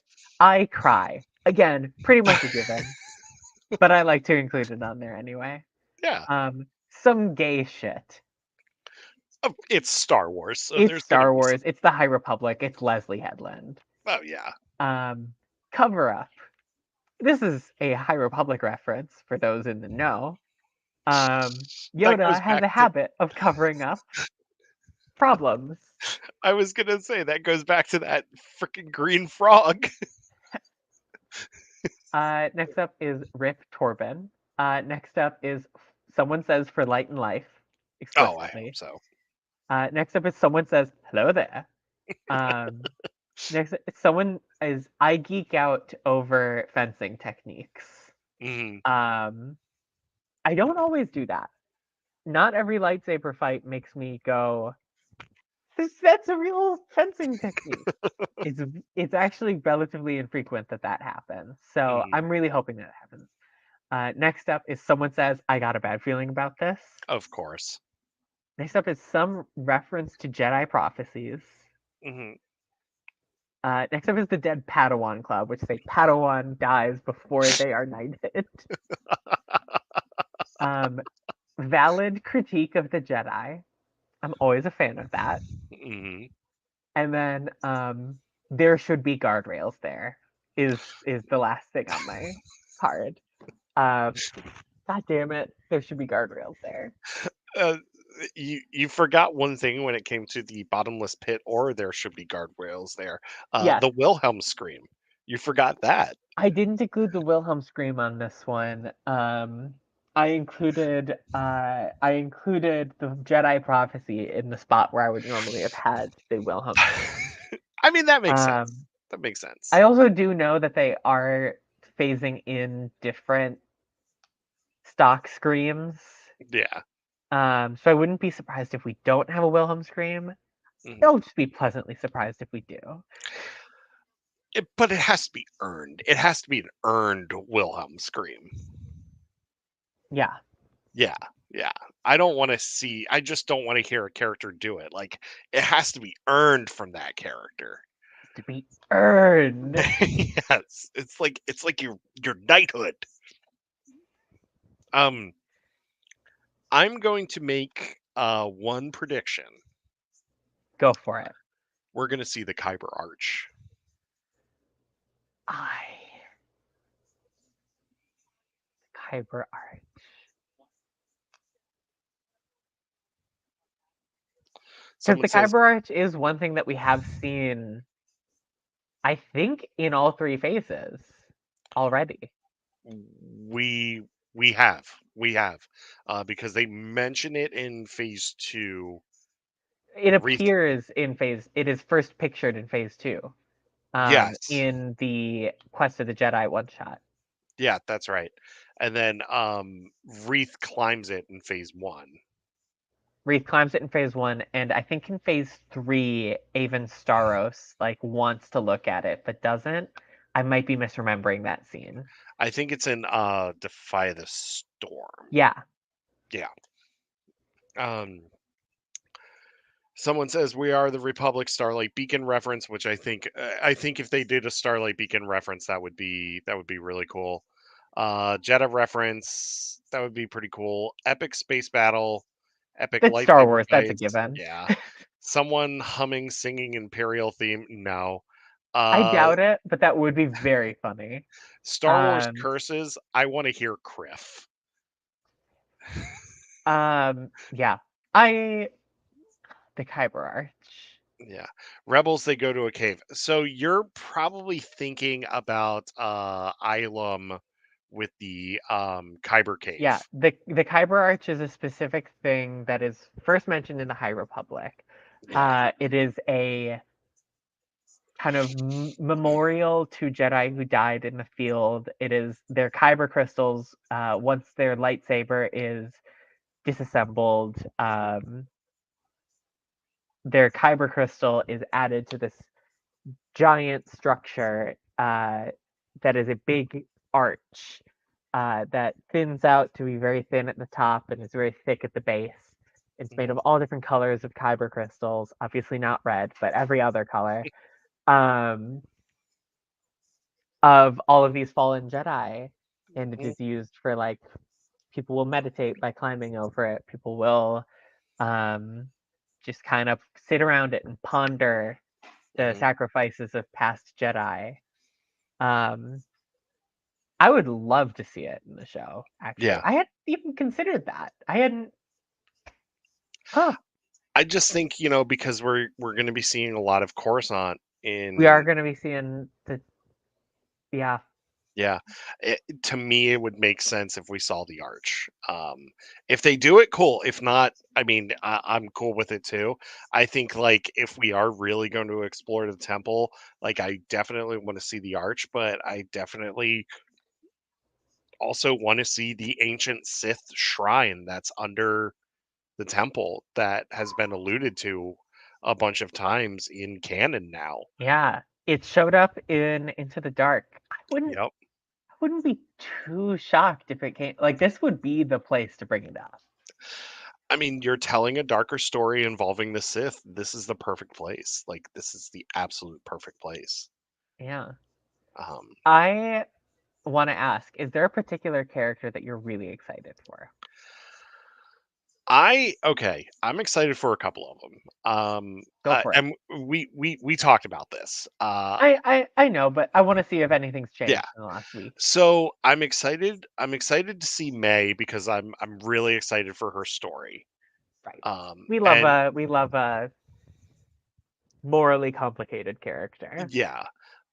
I'm excited for Indara because she kind of gives off a little bit of Avar Chris vibes a little bit. While also like, you know, forging her own path. So I'm excited for Indara. Uh Definitely Yord. Uh yeah, definitely Yord. I think Yord's gonna be one of the standouts for me. And then I'm also really excited for Soul. Because like Soul kind of reminds me a little bit of like Elzar Mann, just from like what we've seen of him. And Elzar is one of my favorite High Republic characters, so I'm excited. I'm really excited for that. And yeah, I'm just so excited to see all these characters. Like I can't wait. Yord. Anyway, I know you love Yord. You love Yord. love Yord. I'm so excited for everyone to see why I love Yord so much. I like his look because he kind of looks a bit like Bel Zettifar in a way. Yeah. Um, Um, I I think I think his look is very reminiscent of Elzar to me. I see that too. Especially like the way that his cloak is. Hmm. Um, he's a prime example of the Jedi in the High Republic wearing capes rather than like full cloaks, Uh, which I love. Plus, I also love that actor. Like, I think he's awesome.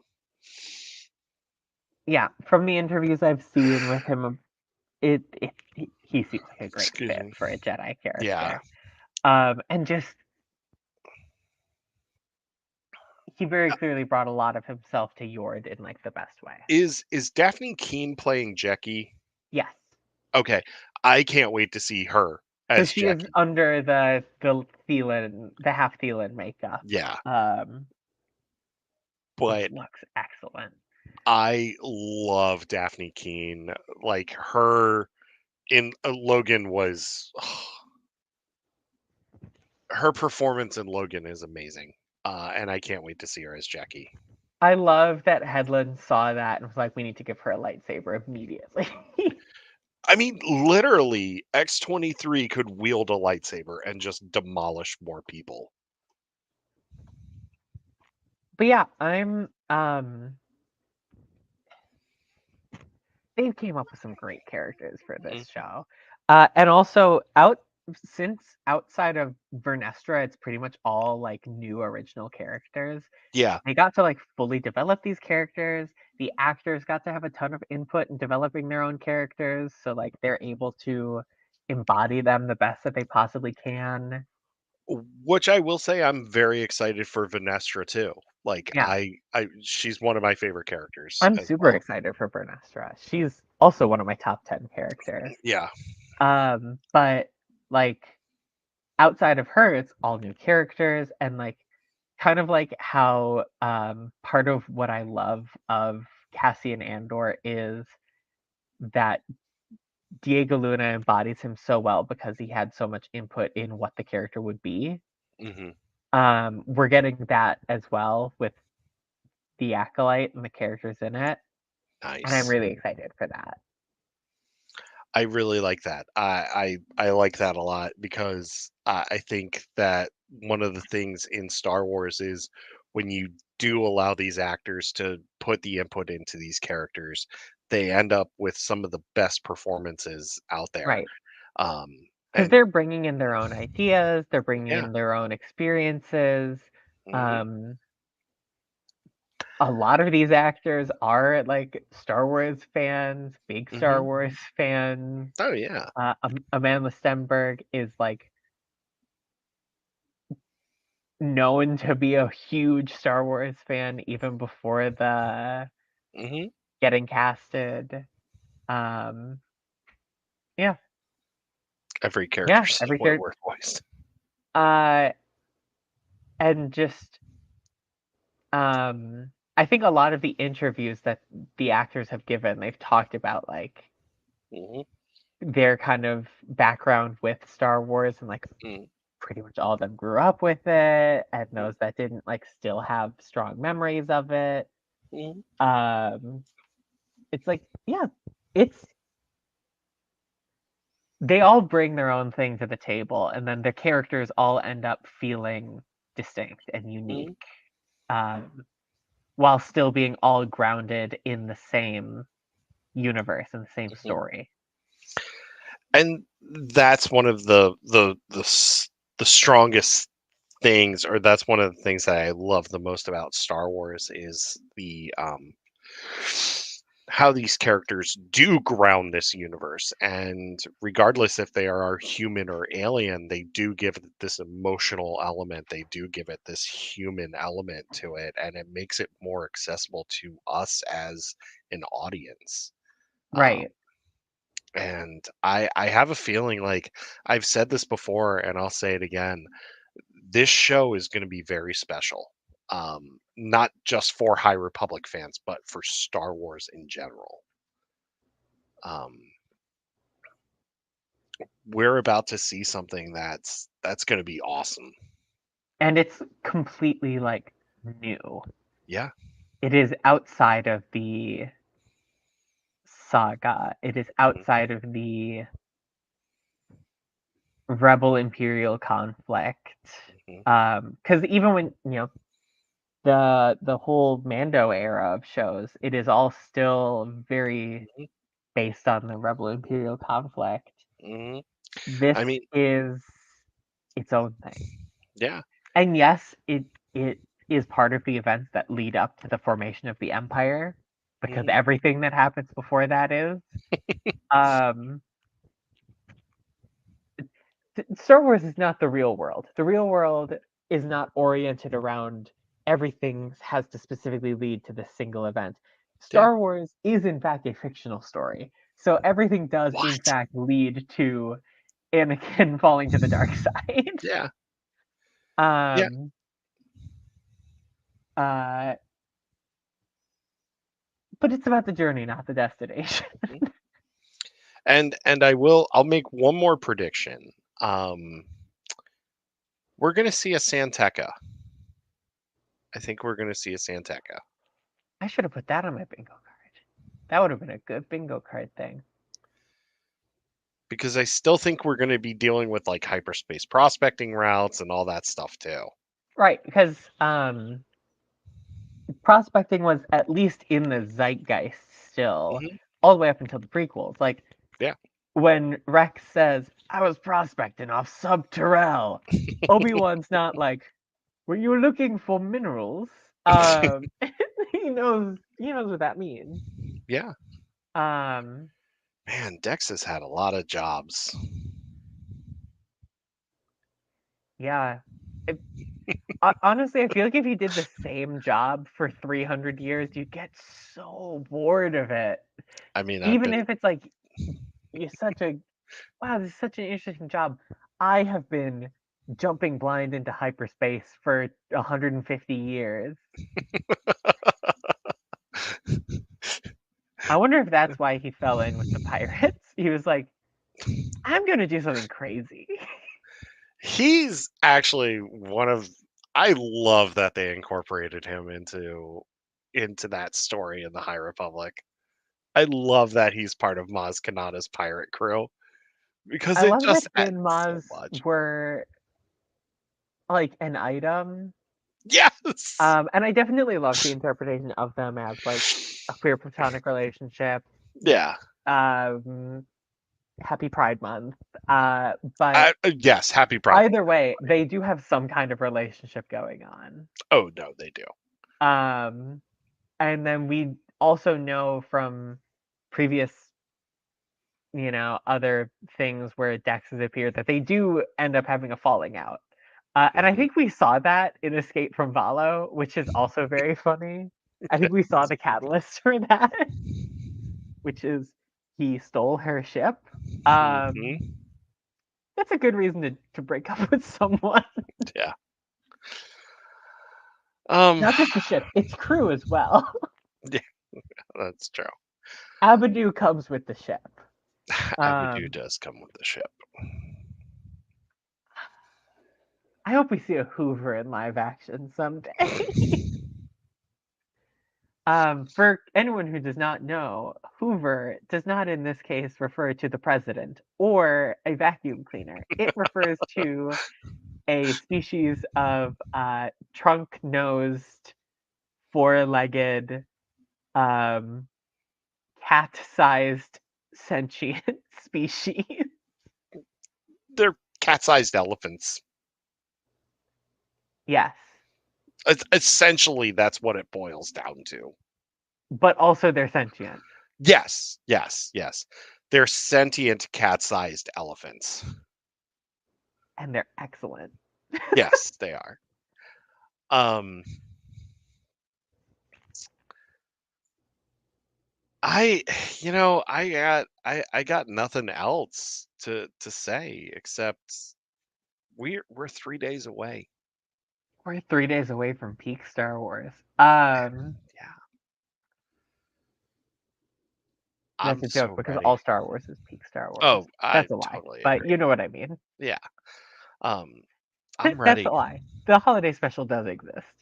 Though I do love the holiday special. I know how much you love the holiday special, and I am never going to tell you that you can't love the holiday special because if that's what you enjoy, who am I to tell you otherwise? I forget. Has there been a Starlight Beacon Transmissions holiday special? No, but you know what? We're going to do it this holiday. I think we should do it for Yeah. for this year's Life Day. I think it come November, we are definitely going to do a holiday special. Um Holiday special. and you know And what? we can talk about the other holiday specials. We can talk about the I Lego one. We can talk I was about just about to say that.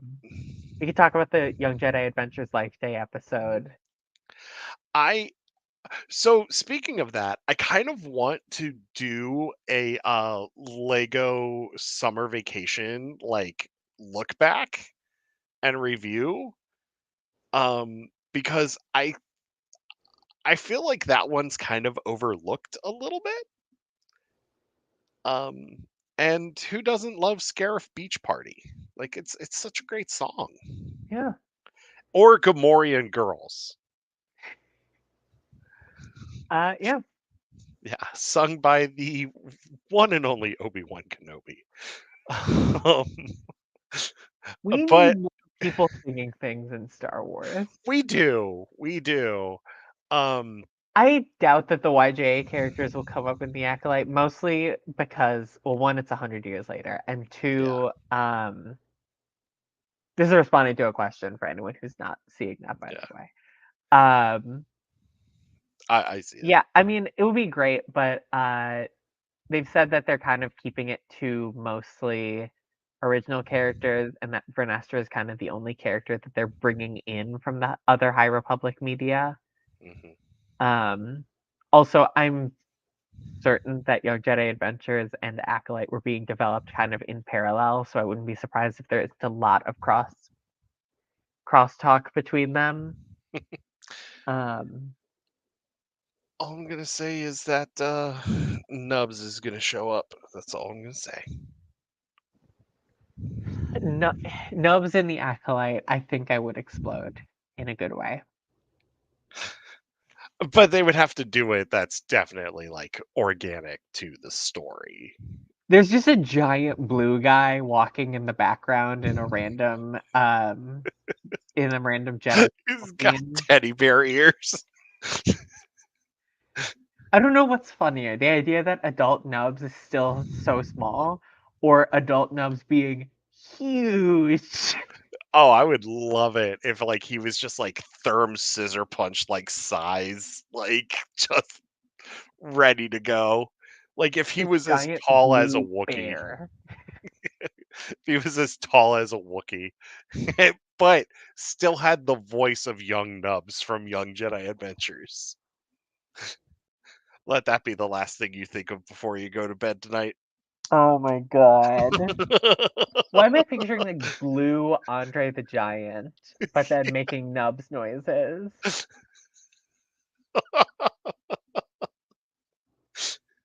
What's that? Oh, yeah.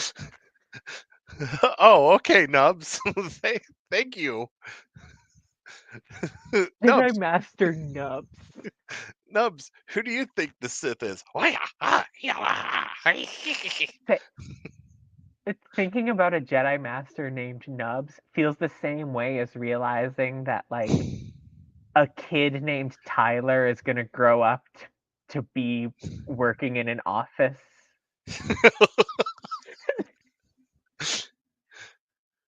Yeah.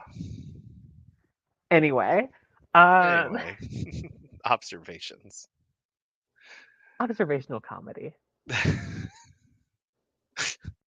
Do we have anything else that we want to cover? I got nothing other than the countdown to the Acolyte is on, the countdown to Temptation of the Force is on, the countdown to Star Wars Hunters is on, the countdown to the Ubisoft Forward with Star Wars Outlaws.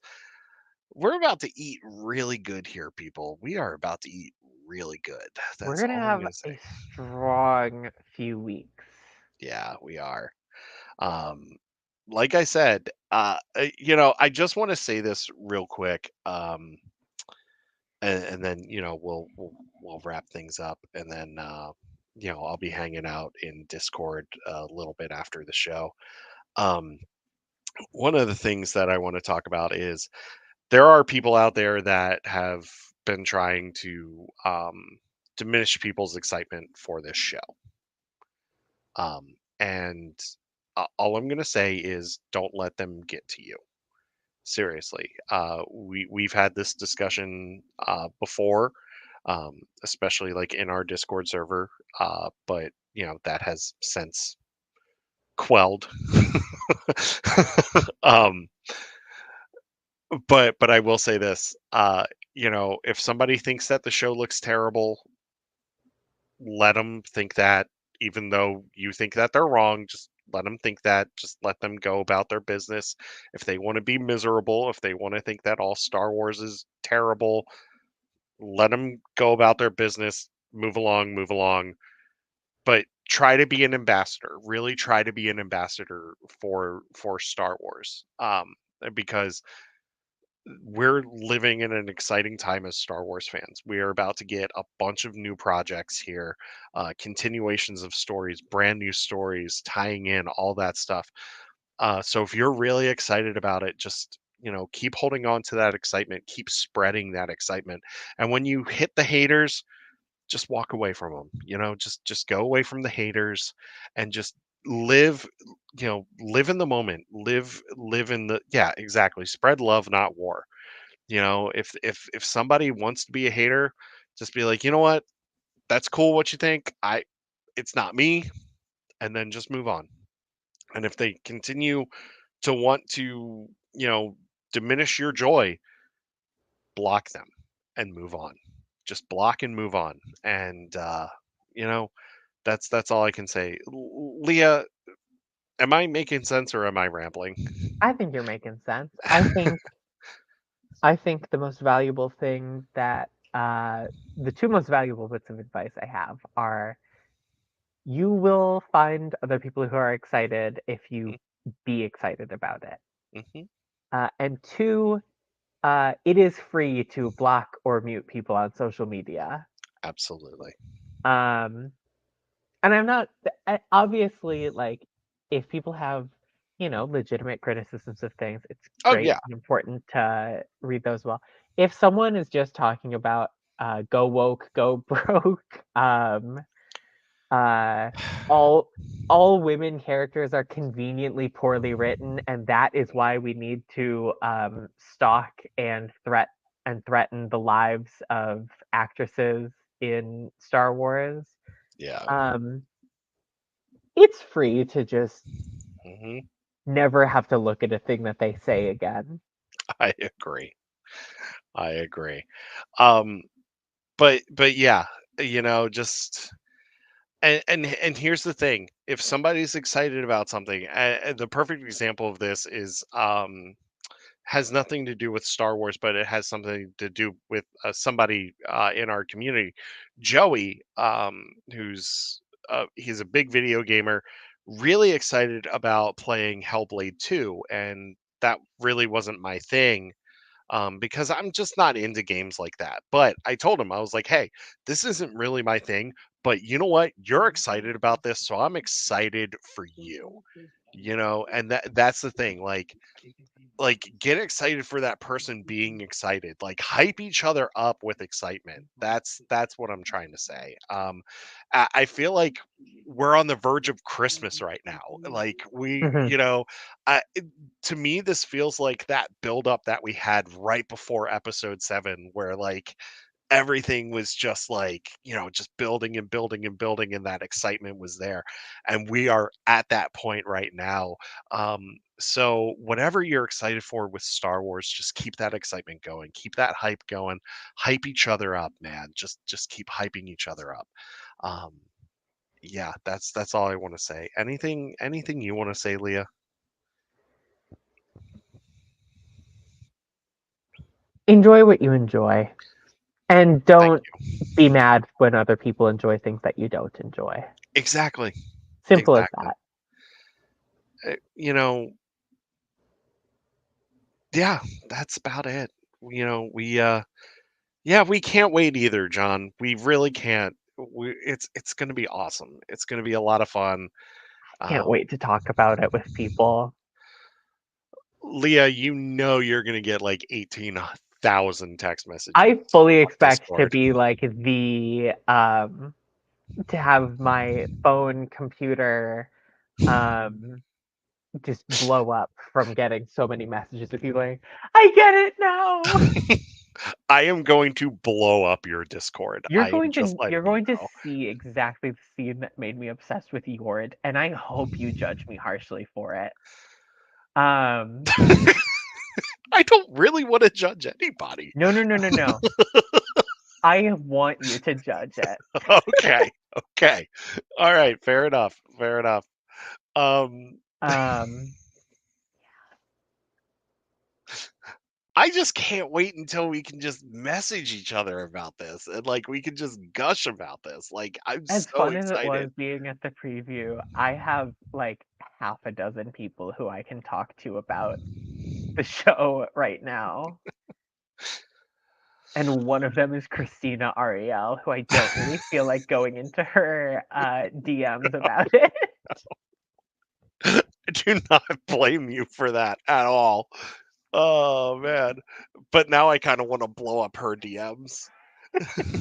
Like when it's all said and done. I blew up Lydia's when I read Cataclysm. I blew up Dr. Keggs. I was just like, "Hey, Oh why yeah. why'd you kill this dude? Like why'd you kill this dude? I loved him." Dr. Kang was really happy at the Acolyte premiere when the first thing I said when I saw her was, "Oh my god, I just read Quackery and Patient Zero. They're so good." I have a habit of the first thing I say to High Republic authors being bring up literally anything other than a Star Wars book that they've written. The first time I met Charles Soule, I actually talked to him about Red Lanterns because he had just written that for the New 52. And he's like, "Oh yeah, who's your favorite Red Lantern?" I was like, "Guy Gardner." He's like, "You love that porn stash, don't you?" I was like, "What?" Uh, Oh, it's great. It's so great. Red Lanterns, read it. It was fantastic. Uh, yeah. when I was a So, kid, Green Lantern was one of my favorite superheroes. So the whole Lanterns, they hold this place in my heart. oh yeah, Even yeah. though I haven't really engaged with any stories of them in years. Did you have you seen the CG animated series that they did that like lasted a season? Oh, It's good. It's I'll look into it. really good. Yeah, yeah. It's Hal and Kilowog. I'll look Like into it. on yeah, yeah. Anyway, Anyway, Green Lantern cast coming 2025. Um after our holiday special. holiday Um special special. yeah, so anyway, Acolyte is coming up. Next live show, June 5th, 8 p.m. That's going to be Wednesday, June 5th at 8 p.m. And we're going to be diving into the Acolyte goodness, and I cannot wait. Um, I am no longer going to be on the couch. I'm going to be in an actual chair and Yes. gaming chair with the setup and all that fun stuff. So, You know what?